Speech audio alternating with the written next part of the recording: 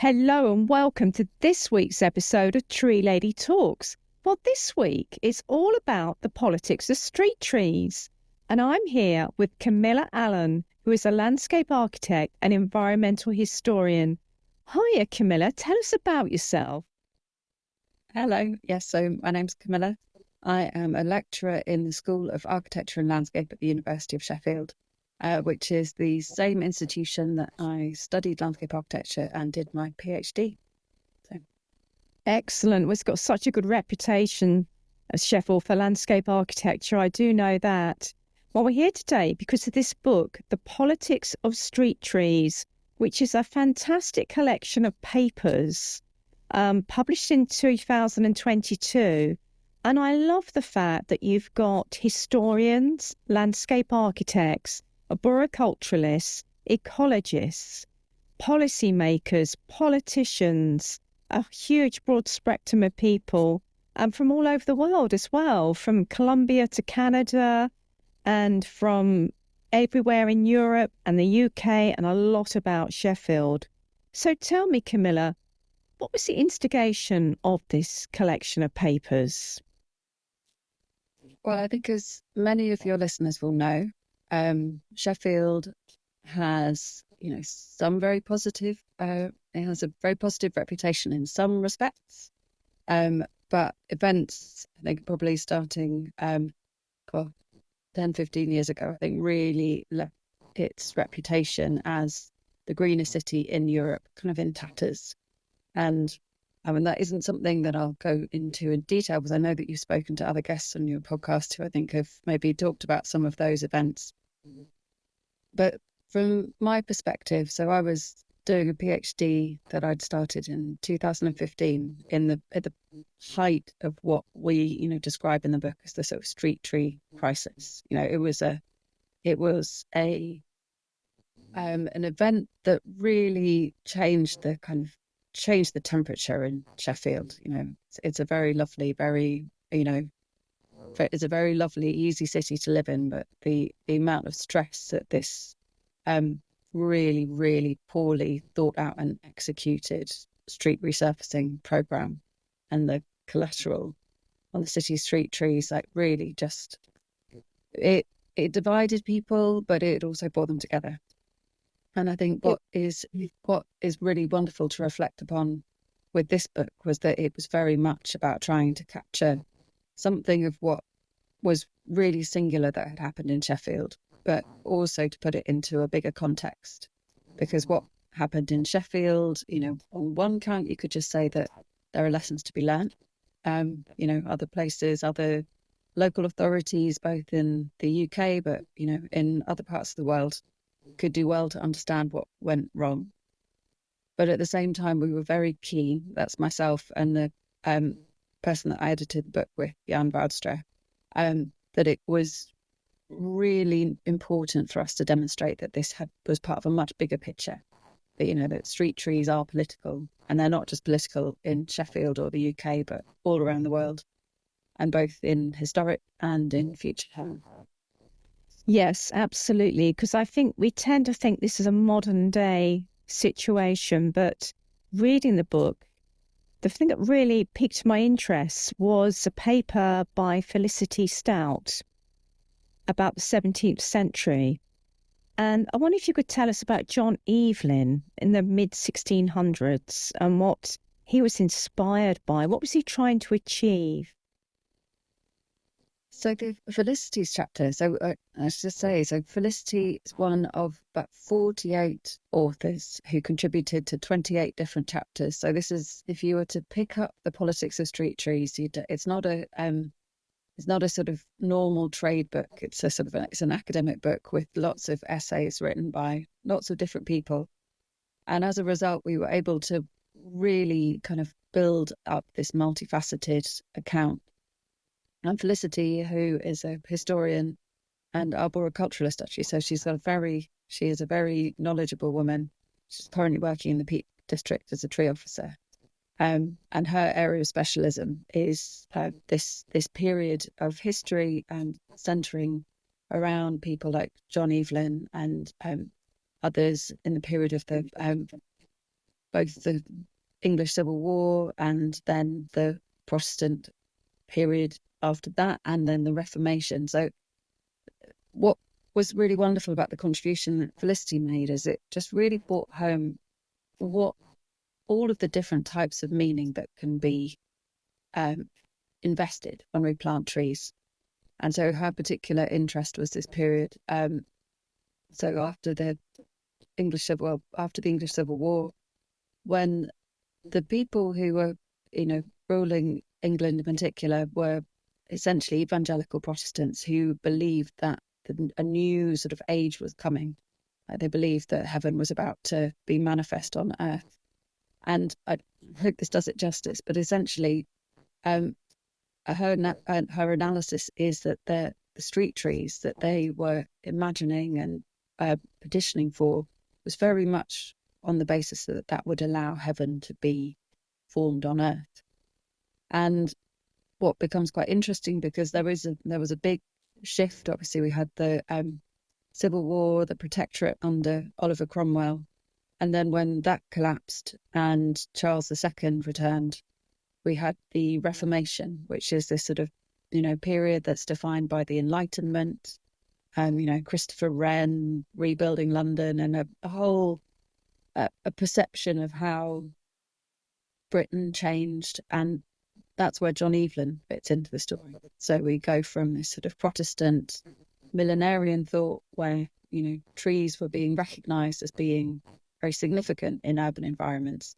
And then John Evelyn, who I think most or many of your listeners will be familiar to, as the author of Silver. Before he published Silver, which was his treatise on trees and the importance of tree planting, he had written an earlier sort of pamphlet that was petitioning for an understanding of the importance of clean air. And so before Silver came this book that was saying that actually what we need to be doing is we need to plant trees around London to help cleanse the air, because the trees expire, and the air that the trees expire, their breath is in itself something that brings, health to people. And with, ideas that then reappear. I mean, this is me being a sort of historian nerd. It's very interesting when you see those things reappearing in sort of the Garden City movement. So this idea of, Yes. or of green belts. So, we have, 400 years ago, these ideas of zoning towns and cities, moving industry out and away from residential areas, all for the benefit of people, but with trees as these quite key parts of that agency.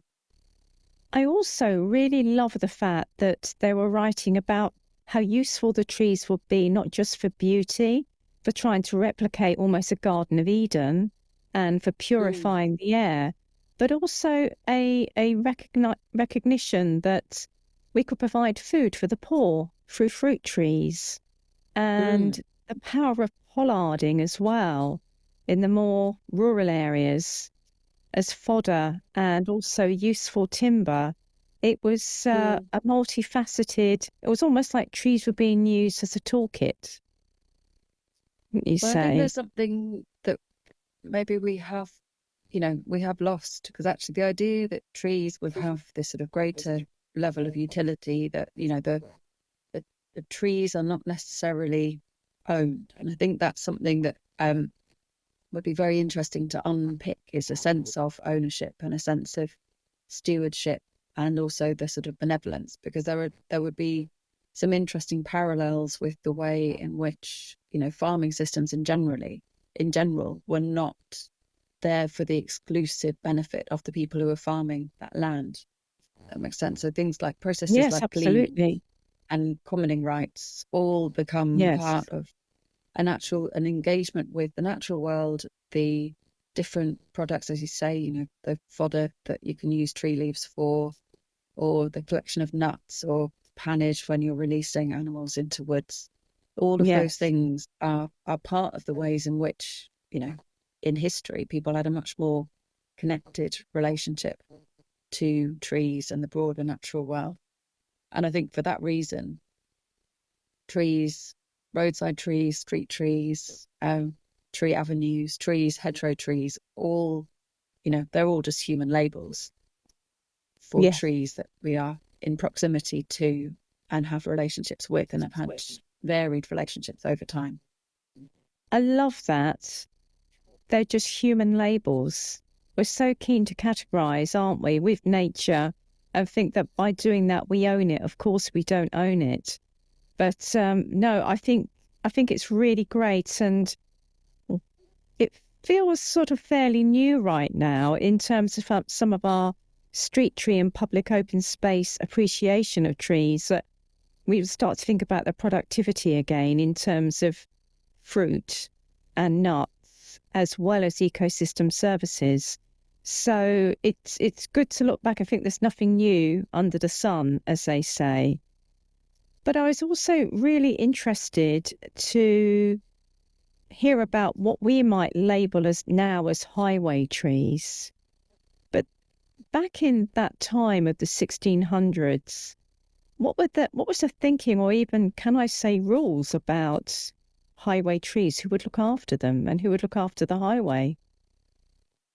Well, I think it's part of what is a very interesting history of land ownership and management, and I think something that deserves to be better understood, because I think especially those with an interest in the profession, now the professional realms that look after and maintain these trees, like understanding actually what some of those narratives were that instigated them is in itself quite interesting. So I mentioned a man called Samuel Hartley when I was talking about Felicity Stout's research, and one of the things that he was proposing in this sort of during the Protectorate and this sort of millenarian period was the idea that there could be a shift in law, which would, instead of people paying or contributing to road improvements, which was the sort of broad, it sounds quite feudal in many respects, but the kind of the way within a parish or like a small town or village, the maintenance of the roads would be undertaken. That he had started to come up with these ideas and proposals for there being actually a more kind of even form of taxation, which would allow the employment of people both probably alongside their agricultural work that would be also very seasonal, to then have a role with that long-term kind of upkeep of the infrastructure. And I guess this is a time before tarmac, where actually probably potholes are quite a different thing, but all of the material. I mean, I'm always struck when you think just actually how extraordinary those labours would have been to build roads. They're not, and to maintain them, and the recent rains, I think, just really brought home actually even how what people always have been up against in terms of trying to facilitate movement. And I think one of the things that's interesting, even just in skipping back through the book in preparation for this, I was really struck by actually in so many cases the trees are planted not just because they're they might provide food, or they might provide some kind of level of air cleansing and beautification, but actually often quite practical things, that the roots would hold the soil together, or the roots might help support the drainage channel, which is intercepting the water, or whatever it might be. And I think seeing them very much as part of historic engineering solutions is actually something that we could probably do quite well to reflect upon. Yes, solutions rather than problems. Well, this morning, very early, I was in Hackney and I was down a trench next to some London plane trees. The trench was dug down to 1.5 metres. And I think the word is palimpsest. Is that right? The layers and layers of history. So the paving had come off. The trench was very carefully dug. It wasn't perfect, but we did our best. And all the roots of the London plane trees, we sort of wrapped them in bandages so we could put the drainage underneath them. But it's always so fascinating to see the layers of history below that. There were walls underneath the ground, there were old bits of pipes, there was really old bricks.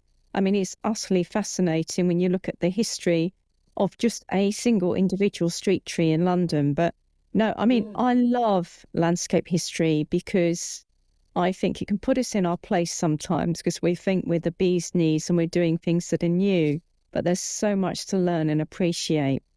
But I'm going to move forward now to World War I in Sheffield. And perhaps you can tell us about the concept of living memorials at that time. What was the living Yes. memorial movement? Well, maybe I'm going to backtrack a bit actually. So one of the things, so the book came out of firstly sort of a lot of people who were invested and involved in the campaign, many of whom were working at the University of Sheffield and at Sheffield Hallam and at other institutions across the UK, people who were sort of interested and passionate about, understanding what had happened. And there was a conference that we held in 2019, and the paper that I had prepared for that was on Sheffield street trees. And I think I had the list for it had been walking to my local park. So I live in sort of South Sheffield, and it was a sort of pretty ordinary day, but there was a sign on the gate of the park saying that there was a proposal for new war memorials trees to be planted in the park. And that was as a result of the proposed felling of trees that had been planted during the First World War just outside a nearby school. And this wasn't the same as the Western Road trees, which became very, very, they were very high profile kind of trees that were threatened with felling. But I was just really struck by what that meant. Like, what did it mean for trees to have been planted as a memorial? And at that point, it was just around 100 years after they had been planted. So, what does it mean 100 years on to have trees that are living beings that were planted to commemorate something? Can they be replanted? Like, can they be moved? And what does it mean to move that investment and investiture with that planting? And that very much was the catalyst for what I then sought to understand, because I think as a human being, the crisis as it unfolded in Sheffield was very distressing. It was very upsetting. The rhetoric was powerful. It was horrible. It was a very horrible period. And I found some catharsis by doing this research. So just for this one chapter. And it really centered on trying to understand why. So the trees were at that point being called living memorials, saying that these trees are living memorials. But what I wanted to understand is if they had always been intended as such. So, what would be the sources that would help us understand what intention and meaning they were planted with back in 1918.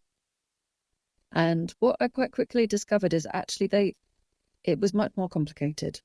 So on a more technical term, a living memorial was something that after the First World War was very much seen as something of utility. So there were living memorials and there were symbolic memorials. Mm-hmm. And the symbolic memorials would be the kind of classic, war memorial in a village centre or a stained glass window or something of that like. So something with which people might have some moment of connection, but, much generally sort of slightly removed from day-to-day life.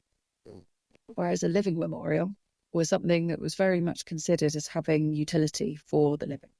So that could be, and they beautifully mundane, things like bus shelters or village halls or sports fields or, hospital beds. So all of the kinds of things that people might do to share through the kind of common uplift of people, the sort of, a desire to recognize that something significant has happened. So that I think that sort of living memorials in sort of general, but I think in the context Sheffield in the First World War, it was particularly loaded because the trees were planted for the betterment of a city that had lost a huge amount. Mm. A disproportionate amount that I read of young men for a city of that size. Yeah, so that was the bit that really, I found absolutely, moving, really more so than fascinating. Mm. So Sheffield had been one of the cities that had really sort of rallied to the sort of Kitchener's army recruitment sort of drive. Mm. And, hundreds of young men and older men signed up. And they formed what was known at the time as the sort of the City Battalion.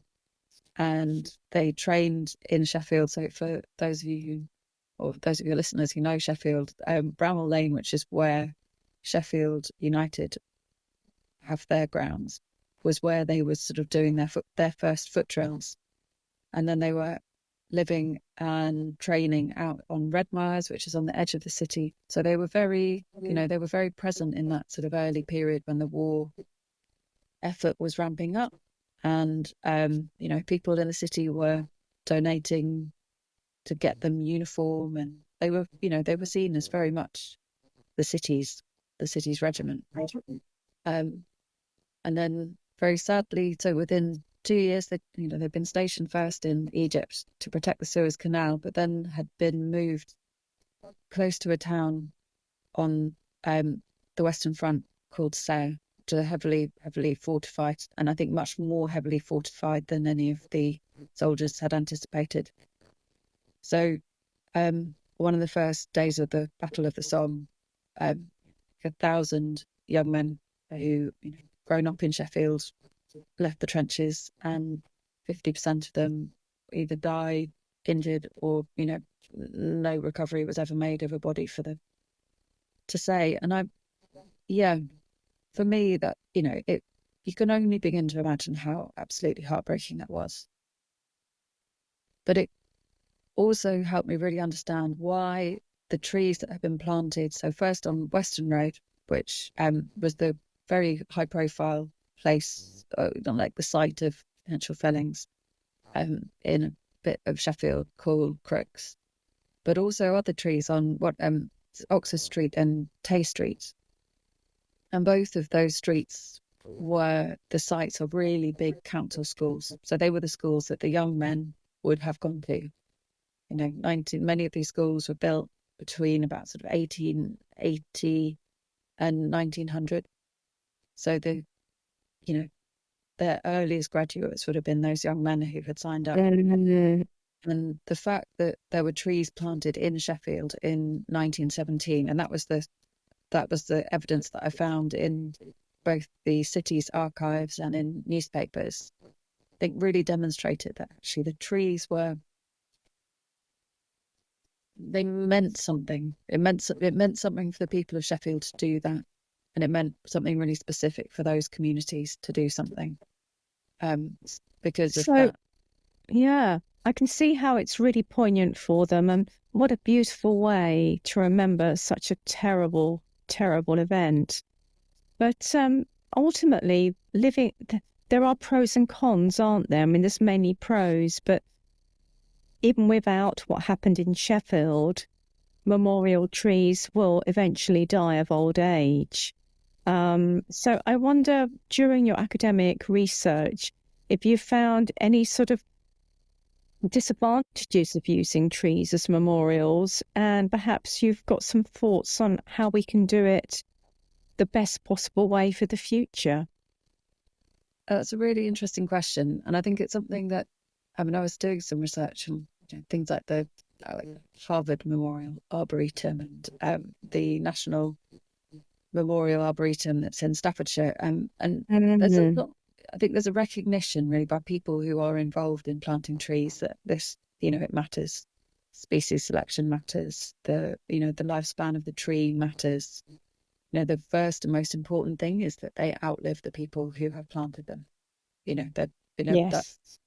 That's a sort of a fundamental. But I think there's another element that to respond to in that question, which is really what do we do actually if we're not just confronted by, like, a human loss, so the loss of a loved one or the desire to commemorate an important or difficult event, if actually we then also have to confront the fact that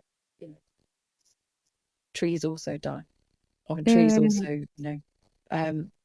can become diseased, and that there might need to be some kind of, I think essentially like a plan or a narrative about how to deal with that. And I think that's one of the things that in other bits of research that I've done is very interesting. Is, how do we build a broad understanding of the fact that actually nature's capacity to renew and to the Sycamore Gap tree, I think, is a really yes, interesting example of that. The fact that absolutely. we, with its We kind of really, current, yeah. yeah. So the Sycamore Gap tree, I think, is so interesting because I think this, I think for people who are interested in trees, the fact that it's a sycamore, which is a generally not necessarily ecologically particularly remarkable Oh, tree. no, sorry, I'm going to interrupt you here. Ted Green, friend of the show, are you listening? The Celtic maple. Now, we will say that, yes, there is debate, isn't there? But I'm with Ted, Celtic maple. But I mean, I I, know we're going to talk about the Sycamore Gap tree, but I read in the paper this weekend about the merch, as they now say, the merchandise around the sycamore tree that an artist had cast the seedlings from the Sycamore Gap tree Mm. and made them into earrings and jewelry. And there are various different paraphernalia that you can buy, you could have bought before it was felled. But for Mm. those who don't know, who are outside the UK, because only about 60% of our listeners are based in the UK, the Sycamore Gap was an iconic tree, not a veteran, but just in a really beautiful valley and near Hadrian's Wall. And inexplicably, it was felled. And so the court case hasn't yet been heard. A couple of chaps have been arrested, but it's really galvanized the public in the way that trees are so symbolic of who we are almost as people and our identity. And it's created an outrage. As you say, perhaps it's a little ironic because some people have decried the sycamore as being a weed, but actually this public outpouring has shown that it's about beauty and place, and so many people have said they've had significant personal emotional events under the tree, such as proposals, etc. What have you learned anything as an academic about the situation with the Sycamore Gap that surprised you? Well, I think the thing that I was struck by, and I think that I think all trees are special, but I think the thing that is interesting about the Sycamore Gap or the tree that was there, is that this now, the recognition that it is a ruin amongst ruins. I found a very interesting paper actually, which I could share with your Hmm. listeners. Actually, Yes, if I don't know please. if you do show notes, but that We do. took this idea that it's a ruin within a ruin. So Hadrian's Wall in itself is a extraordinary part of the sort of Roman military architecture of Britain. It's a relic of something, and the relic of this, the stump, and then there's trees that will grow from the seeds, and whatever else other techniques that are used to propagate from the fallen tree, I think are there to tell us, or could be used to articulate something about this sort of power of nature to renew. Things that happen outside the span of our lives.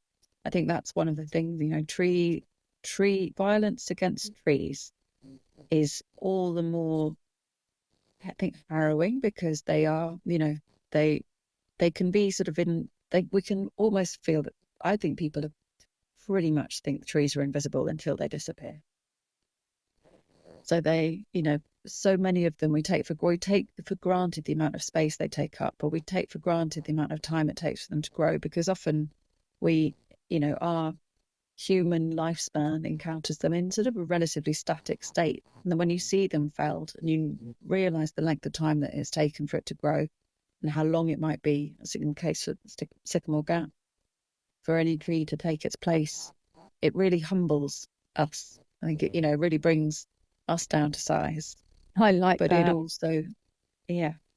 it also has these other lessons. Maybe we could be better stewards. Yes, we be better could. friends with nature.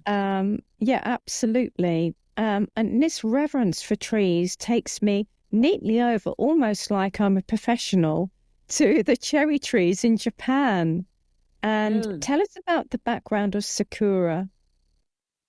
So this is a chapter written by a landscape architect and historian called Wiebe Kutat, who is Dutch but spent a lot of time, I think, living and working in Japan.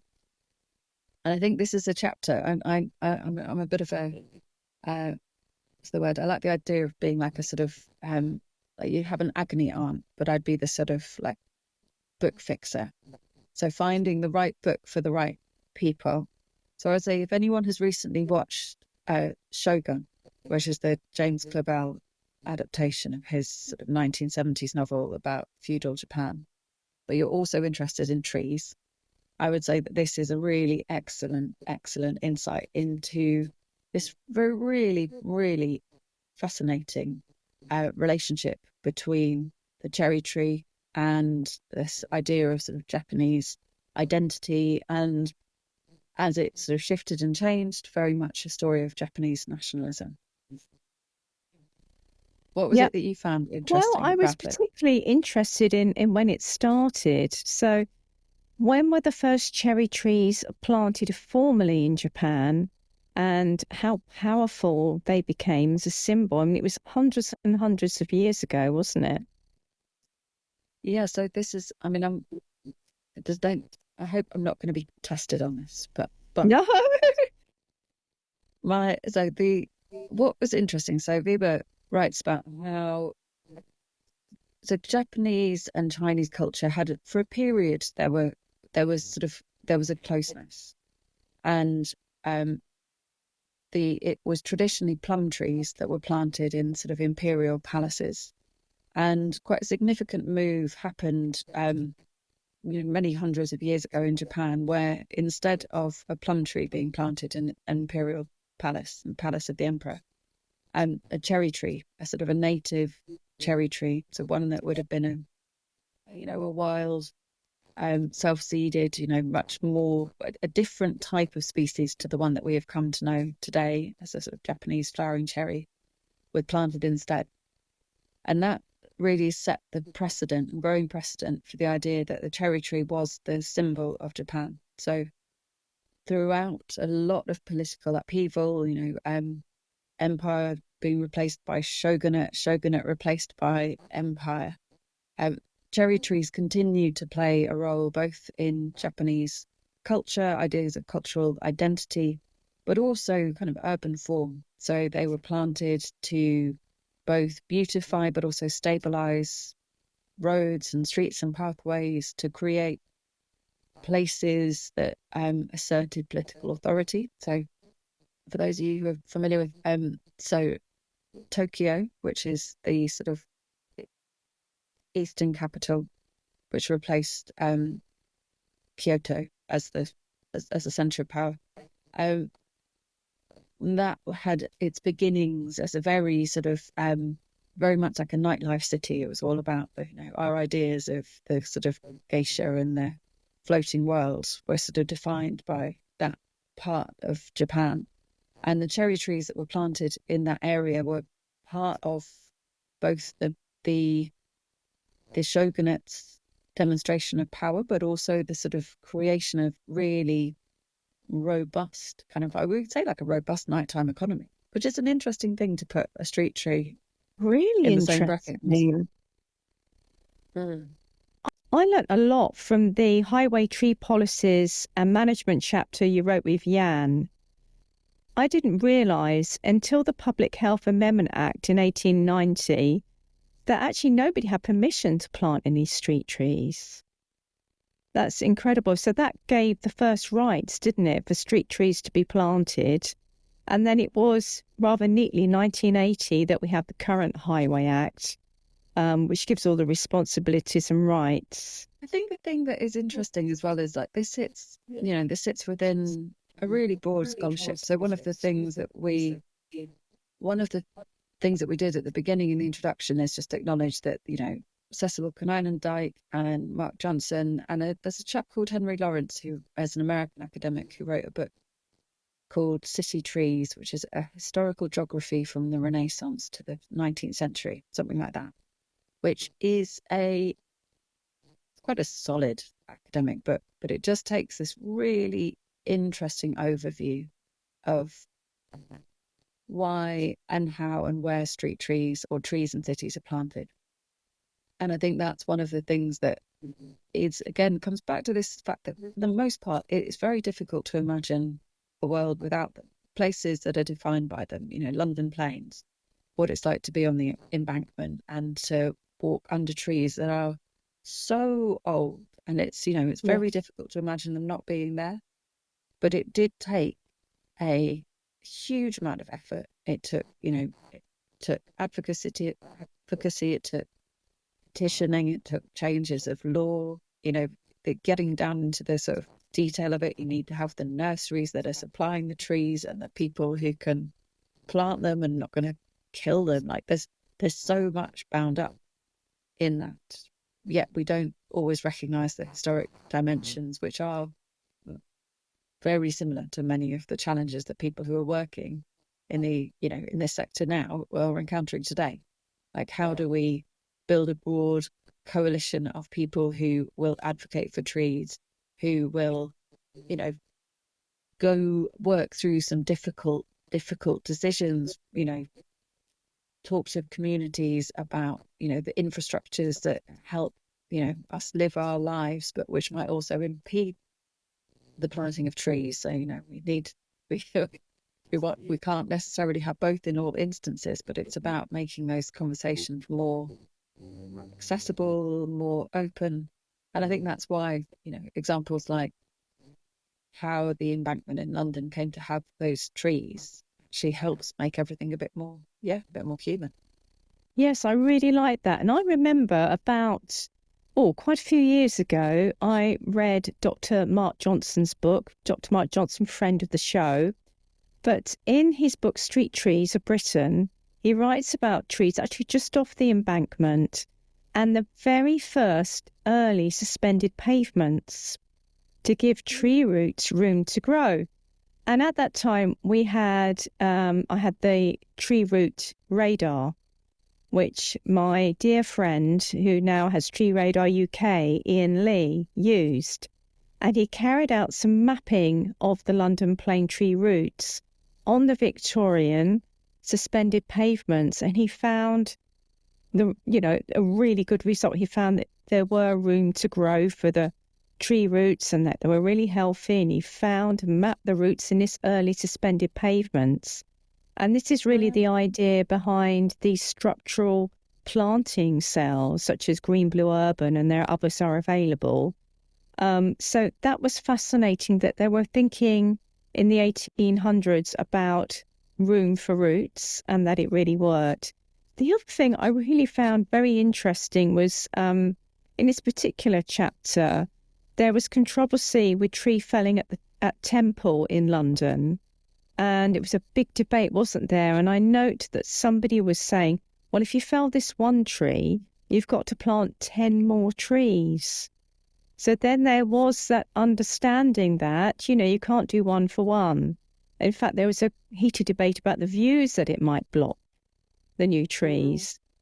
But it seemed, obviously now we know we can't do one to one, but early on in my career, it was, one for one. So wasn't it, I find it really thrilling and fascinating to see that the discussions that we're having now, and we think, aren't we modern? But they were having like 150 years ago. I mean, you're a historian, you know that anyway, but some ignorant person like me, I'm going, that's really, really cool. Yeah. I think one of the things that is unpicking why we would have got to a point where 1-for-1 would be the norm. I think it's Yes, ultimately because that it may well be that at that moment in time, the people who had some level of power were not interested in advocating for trees. I And I think agree. one of the things that's interesting, and very much picked it up in the discourse that was happening in Sheffield during and after the First World War, were people who had an interest in trees advocating in discussions in the local newspapers for tree planting. And it would be tree planting in gardens, it would be the creation and development of, new parks or turning woodlands into memorial groves, and very much this idea that trees mattered, and recognizing the different processes that would need to go on to make that plausible, and recognizing that it might create a boom, or at the very least a little boost for a sector of employment, of which trees and forestry have always been an interesting area, even just alone in Britain. And I think that's one thing I've generally been picking up, since I started doing research. I did my PhD on a man called Richard St. Barbe Baker, who founded the Men of the Trees. And I think just seeing this, historical precedent for people advocating for trees, and often seeing opportunities to plant trees, which isn't so much the sort of it wasn't that they were looking for difficult events, but many of those opportunities, sort of finding a solution, finding a problem for a solution, if that makes sense. So Because the this book, solution is planting trees. yeah, no, absolutely. Well, we know that there are problems with street trees in that, they can ripple the pavement. There are problems with subsidence. But really, we want to talk today about the politics of street trees. And it seems to me that the last sort of 5 to 10 years, there's been a real upsurge in the public's perception of the importance of street trees and a certain amount of civil action. Do you think that conversations are becoming increasingly polarized and to some extent troubling, or do you think we're beginning to understand everybody's side better? I think there are a few different ways of looking at that. Like, I think that Sheffield again is a really interesting kind of microcosm of this. So, Sheffield street trees are not equally distributed in the city. Some No. parts have a lot and some have fewer. And it isn't necessarily the case that it would just be through going and planting trees in the areas where there aren't any that wins would be made. Because actually, really, again, working out what forms of consultation, public Yes. engagement, broad, engaging people with the benefits, whilst also recognizing the disbenefits of trees, is absolutely crucial. Yes, Um, it has to be about the people, doesn't it? It has mm, to be about the community consultation for whatever's happening with the trees, be it removal of existing trees, management of existing trees, or planting new trees. People have to be at the heart of that. very much. And I Definitely. think, one of the things that I've now a sort of a part of, so I've joined this Sheffield Street Tree Partnership. So that's it's something that well, it was created in response to the crisis and kind of the end of that, the development of the street tree strategy for Sheffield. And the partnership is very much there to help deliver the strategy. And one of the key parts of that has been public engagement. So to trying to work out not just how to manage the remainder of the sort of program, of which is complicated but is getting there, and it's a phenomenal group to be a part of. It's people who are representatives of STAG, so Sheffield Tree Action Group, working with people from the council, people from the Wildlife Trust. Right, really We've good. now got people representing from the universities, and in general just with this idea that it's going to be through collaboration that something better is going to come about. Because I think it's just very it isn't going to be just through in any kind of top-down process that we're going to get the kind of world that we want. And I'm curious often when you see images of, we use trees to sort of beautify, even, just the, a concept image for a development will often show trees, show sort of semi-mature trees, because it really does, they humanize environments, they soften, they make, what can seem otherwise quite austere environments look much more sort of friendly and appealing. But there are potential, the more public buy-in for why those trees need to be, why it needs to be really good species selection or really good provenance, or have been considered as to whether or not it's going to be dropping sap on people's cars or whatever it might be. There are a whole other, the history just of the smelly ginkgo fruit is a fascinating one, of actually all of the processes that have gone into species selection so that we have the best trees planted in our streets and in our towns and cities. But that comes back down to how we communicate and share knowledge. I think that's so very, very important. It's a communication and sharing knowledge. And I would like to see more dialogue between tree and landscape professionals, those who advise, those who ultimately decide, and those who are the stakeholders. And I know that that isn't happening everywhere. It sounds to me like you've got a really good model with the group that you're working with. But I know that there is often a real problem and a disconnect between those who are trained in trees and landscape and those who feel perhaps disenfranchised by what might be happening in the local area to a tree or trees. And actually, I believe there needs to be more of a safe place and a welcome space to have those conversations, because I think that is going to become critical.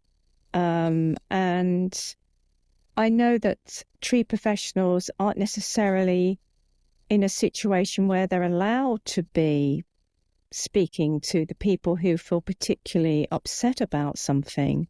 There can be a barrier, and I think that's going to be ever so important so that we can truly have street trees which serve not only our planet but our people.